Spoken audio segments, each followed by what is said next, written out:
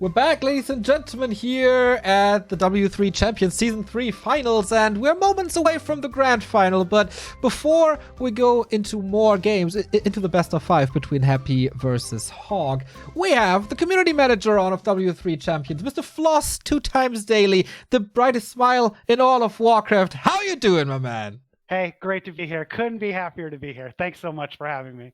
It's absolutely amazing and a big pleasure to have you here. We did this last time already to tell people a little bit of what's happening behind the scenes of W3Champions. So a lot of people see the server and see the game. So how was Season 3 for you guys? Oh, it's been great. It's such a pleasure to be able to give this to the community. I know that your thousands and thousands of fans have a grand final ahead that they want to see. So I'll be quick, but I'd love to let you know about what's going on with W3 Champions, our plans for the future. And then since everyone always wants to know about the money, what's going on with the money too. What's going on with the money, indeed. But let's start with a couple of changes you made to W3 Champions going into Season 3. There were some changes to the 2-on-2 aspect of the server, I heard. That's right. So, first of all, this is a good time for me to shout out a few members of the team, Toxie and Helpstone, PhDs in math. They do a lot of the tweaking with matchmaking. They actually tweak the ranking points so that the beginning of the season is still exciting, even though we didn't do a hard MMR reset. But we saw that 2v2 AT arranged team activity was very low. So we wanted to merge arranged team and random team without making all the random team people angry. So they put together, and if you want to put up the graphic of how many RT games, AT games, and RT versus AT games there are, and I can't see your screen, so you'll have to tell me what's up. It's up now. It's up now. So we merged RT and AT. The behind the scenes math people made it so that the AT, the arranged team, would have an artificially inflated MMR to account for the natural balance of being on voice chat and knowing your team. And we're actually really pleased with it. It made activity for made RT activity go up, made AT activity go up. And if you look at the RT versus AT games, it's 50-50. So the MMR, the accounting for the natural balance or the natural advantage of AT is really working. Speaking of activity, we are at peak of player activity in these last few days since the new patch hit. I think we have something like over 5,000 games a day and 1,600 players a day, which is peak. A lot of that is due to the excitement for 2v2, which we want to thank Toxie and Helpstone. Of course, some of our bigger streamers like Grub have been playing a lot of 2v2. That gets everyone excited. And then once you know that the game mode is happening, people hop in, and this is game after game after game. I mean, on NA, there were 10 4v4 games the other day. Usually there's literally goose egg 4v4 on NA. So players are coming in. We couldn't be happier about it. That's pretty damn awesome. So to sum this up, AT and RT is merged, but it's still fair matchmaking, and the activity is better, so you have shorter queue times. That's correct. Damn, that's you're a wonder with words. Thank you. That is, yeah, even though it's not my native language, man, I'm unbelievable. But that is amazing improvement. So shout out. Yeah, there's actually some math behind it. I think there was an article on War3 Info about that as well. So if you guys want to read up on that, you can do it over at our colleagues of War3 Info. What else is going on in the development of W3C? So the first thing I want to tell your viewers is, we have a website, we have Twitter, but where the activity is the Discord. So join the W3 Champions Discord. That's where you can stay up to date on all the information. That's where you can talk to all the devs and people on the team. We're there every day. I'm actually probably on there too much. I'm trying to step back for the sake of my marriage, but that's where you talk to people on the sake of my newborn. What's going on? I think an important thing to say is we have a lot of new people coming into the team. There's actually too many people on the team now to even shout out all of their names, but I'm going to try. We got Stefan is in there. He does a lot of back end. He's really glue, does back end, community management, everything. I already mentioned Toxie and Helpstone. We have Riptide and Kenshin doing graphic stuff. We have a lot. We put out a plea for new developers, and a lot of new developers have come in, and they're working with Abe as a mentor. Of course, always have to mention Abe. Tireless work. He's the main developer these days. He's one of the OG developers along with Pad, Modmodo, Gab, but he's really working hard. So that's the shout outs on the team. I think probably what everyone wants to hear about is Fluxu's work on Hostbots. If you want to pull up those Hostbot graphics, this is from late September, middle to late September. Unfortunately, look, we are all volunteers. We work on this for free in between having family and jobs and doing it for no money in our off time. But Fluxu's written thousands and thousands and thousands of lines of code. Over the last month, it slowed down a bit, but I'm told he's back on it. But as of about 3 weeks ago, Abe, who's in Bulgaria, played a custom game on our custom hostbot with Infi, who is in China. This server was located in, I believe, St. Petersburg. Abe had 75 ping, stable, no spikes. Infi had 137 ping, stable, no spikes. He said it felt great. So our hope is that we will have Hostbots soon, which, I mean, we don't even need to talk about how important that is. It couldn't be more important. We finally want to have a match between the European champion and the American champion, obviously. And we want to challenge the Chinese. We want to challenge the Koreans on fair conditions. So we know that it's working. We're currently making some stability tests, and we want, of course, this to be implemented in W3Champions. So this is the chat log here of Infi saying, yeah, I got 137 ping. Feels good. And apparently this was stable as of now. I learned that there's a lot more people working on that now. So maybe that is accelerating a little even. Yeah, we have a Hostbot channel. So if you know anything about server engineering, integration, add us and we'll get you in we're very inexclusive. If you want to help, we want you to help. So come and, donate your time because you ain't getting paid for this. So come on in.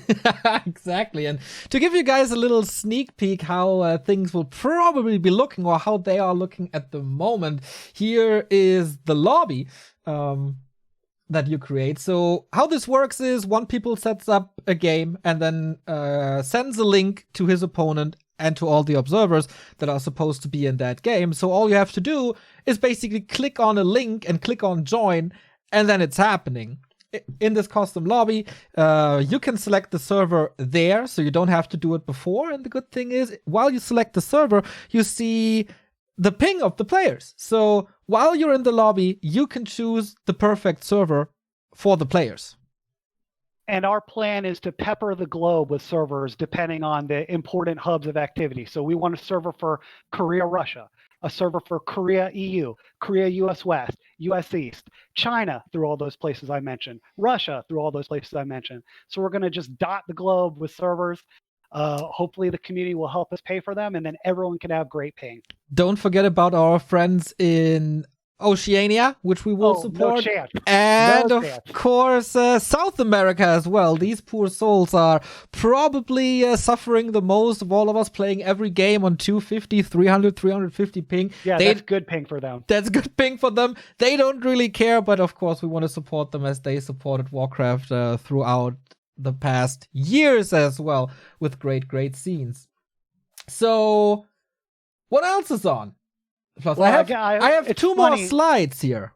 Yeah, no, it's so funny because I came into chat saying what's important for us to shout out, and I made this joke before, but like we're too productive. So listen,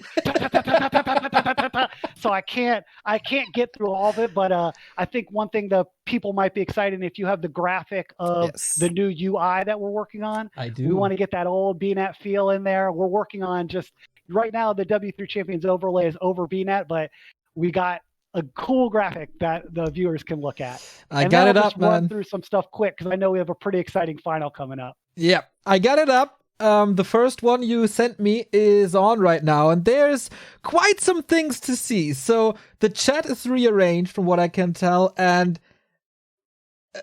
in the upper right, there's something called upcoming tournament. So one thing that we love is the idea of automated tournaments. We'd like to make our end season tournaments automated, but also the feel of the auto tournaments back in BNet. We'd like to have weekly stuff, custom tournaments that you can set up. So that's one of our next big projects. We have a few big projects on the plate. That's one of the big ones that's a priority development is automated tournaments. So I guess this is all from Kenshin, right? The graphics is from Kenshin, yes. That's pretty damn crazy. With maybe a little help from Riptide. Amazing, guys. I always feel bad if I credit the wrong people. There's so many people, everyone doing so much work. So I just want to give credit to everyone. So a lot of people are suffering from a laggy menu. Will this be fixed with the custom UI as well? It's certainly a possibility. It's something we're looking into. I don't want to overpromise when it's something we're exploring, but it's early stages, so we don't know yet. Okay.